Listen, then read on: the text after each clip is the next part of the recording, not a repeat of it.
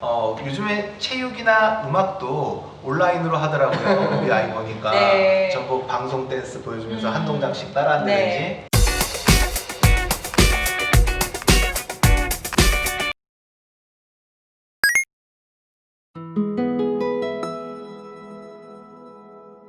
그럼 우리 학원장님들 어떻게 입시 준비 도와주셔야 되는지 한 말씀 부탁드릴게요. 지금까지 저희가 이야기한 것처럼 현재 고3, 고2, 고1 사실 입시 제도가 굉장히 많이 변화하는 단계에 있고요. 거기에 코로나라고 하는 우리가 경험하지 못했던 상황까지 같이 겹친 것 같아요. 이때 제가 제일 느끼는 건 뭐냐면 아이들의 입장에서는 방향성을 잃고 있다는 느낌이 되게 많이 들거든요. 왜냐면 학교 선생님 얘기하시는 게 다르고 뭐 부모님 걱정하는 게 다르고 또 여러 가지를 보게 되면 입시도 막 바뀌었기 때문에 뭐 변동성이 많다고 하고 누군가는 되게 불리하다는 얘기도 많이 하고 좀 불쌍하다는 얘기도 많이 듣고요. 그러다 보니까 아이들이 걱정하는 데 너무 많은 시간을 보내고 에너지를 집중하는 데 소홀한 경우가 되게 많은 것 같아요. 그래서 원장님들은 조금 더 아이들에게 어떤 전형으로 네가 최적화되어 있다라는 것들을 조금 살펴봐 주시고 아이들의 에너지를 집중하는 어떤 방향성을 제시해 주는 게 매우 중요하지 않을까. 기본적으로 핵심은 거기에 있지 않나 생각을 해봅니다. 네. 그럼 고3 입시 준비하는 원장님들 어떻게 하시면 좋을까요?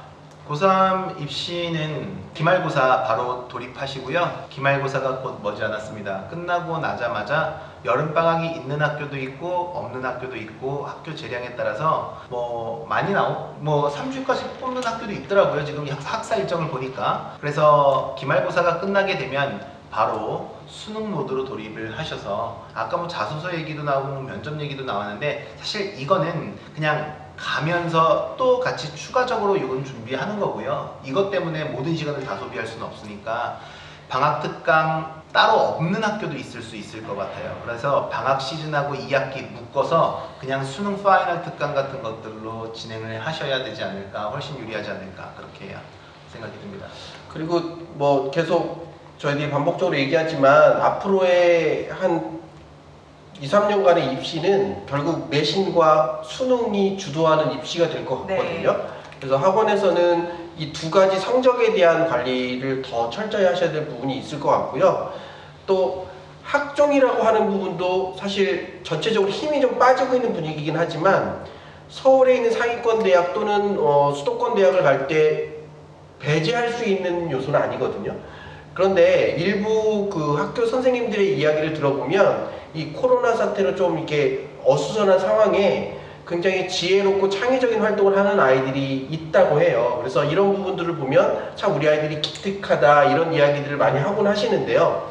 학원에서도 우리 아이들이 이렇게 내신과 수능에 집중하지만 효율적으로 뭔가 자신만의 어떤 뭐 이렇게 장점으로 가져갈 수 있는 활동에 대한 아이디어 그런 것에 대해서 좀 같이 이야기 나눠보시고 팁을 좀 주실 수 있다면 충분히 뭐 언택트 시대에 맞는 비교과 활동을 자신만의 무기로 만드는 데 도움이 될 수 있지 않을까 생각해보고 네. 그런 거에 대한 아이들과 함께 고민해 주신다면 큰 감사의 어떤 인사를 듣지 않을까 그런 생각을 해봅니다.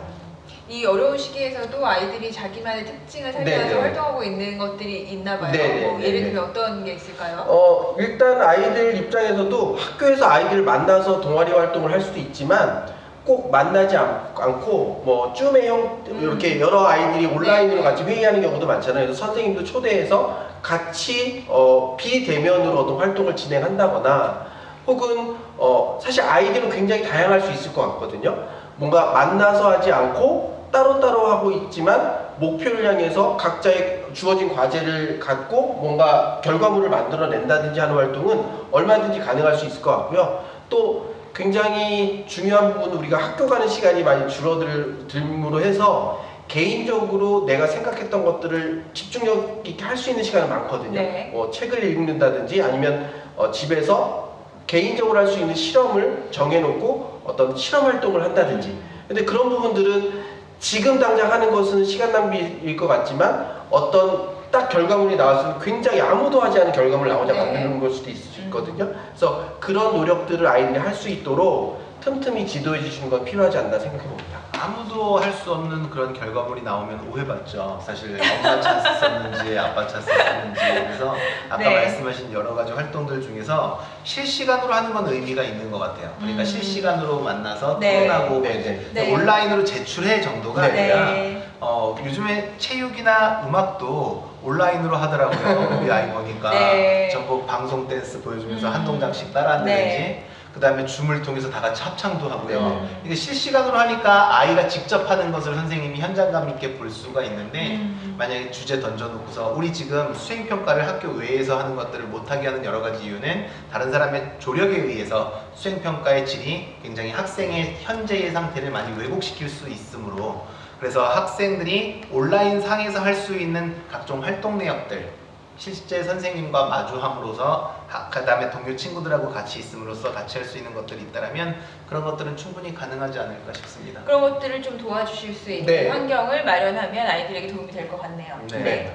그리고 이것을 보고 계시는 학원장님들께서는 결코 학원에 있어서는 지금 코로나 때문에 학생들이 등원을 안 해서 문제이지 지금 정책상의 지금 환경은 나빠지지는 않았다. 결국 수능과 내신 자체가 계속해서 더 부각이 많이 되는데 수능이라든지 내신과 같이 정량화된 지표들 이것들이 계속해서 확산되거나 비중이 커지면 학원에는 비교적 우호적인 정책이라고 볼 수 있을 텐데요. 수능의 비중 자체가 거의 지금 절반 가까이 지금 치고 올라가는 40% 이상 지금 어쨌든 하려고 하는 학교들도 있고요.